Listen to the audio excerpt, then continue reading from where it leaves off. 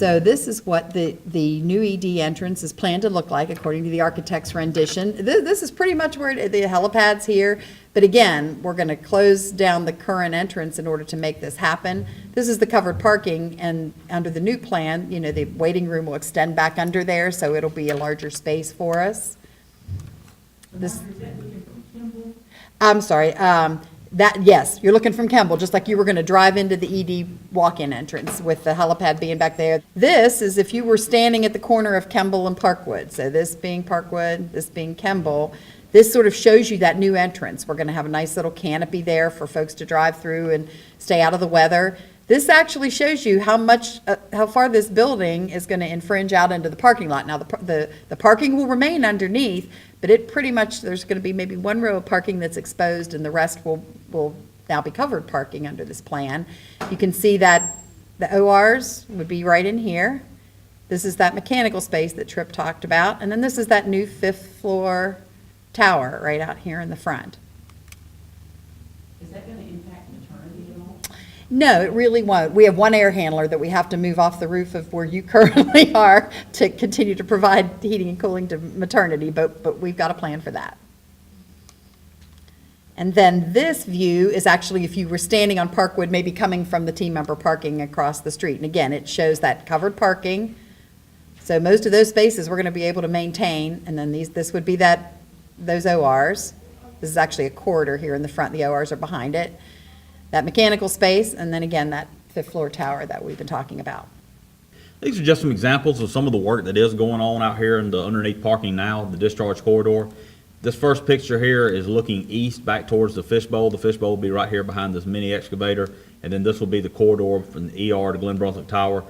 We're building a new discharge corridor there so that we can come back in behind that once we get it open and renovate the emergency care center without affecting people coming and going from the campus. So this is just a relocating a sewage line that had to be done. This next picture just shows after that's done and the concrete is poured. This shows kind of delineates that corridor there and a new security booth. And this just is a picture of the guys finishing some concrete. Mock-up rooms are our way of making sure that we don't build something and then have to redo it. So the last thing we want to do is open 60 patient rooms and then say, we really wish we'd moved the TV over a foot, or this outlet is not, conducive for patient care because the IV pole that's plugged into it is in the way of the bed, et cetera. So we're actually building a mock-up room, which is basically a fake room over at the Medical Plaza. We're bringing all the frontline nursing team through, the nurse managers, et cetera. And then what you'll see in here, like outlets and everything, this is all fake stuff that we put on the wall and say, how does this affect that? So they can really bring the equipment in, bring the IV poles in, bring the bed in, et cetera, and see exactly where things needs to do. And it costs us nothing to take one of these outlets, which is really just a cover, move one screw and move it over 6 inches. Once we get everybody's buy-in where everything needs to be and we kind of get confirmed, yes, this is where things will go, we'll actually go in and take exact measurements of where everything is, incorporate that into the construction drawings, and that'll be what is built.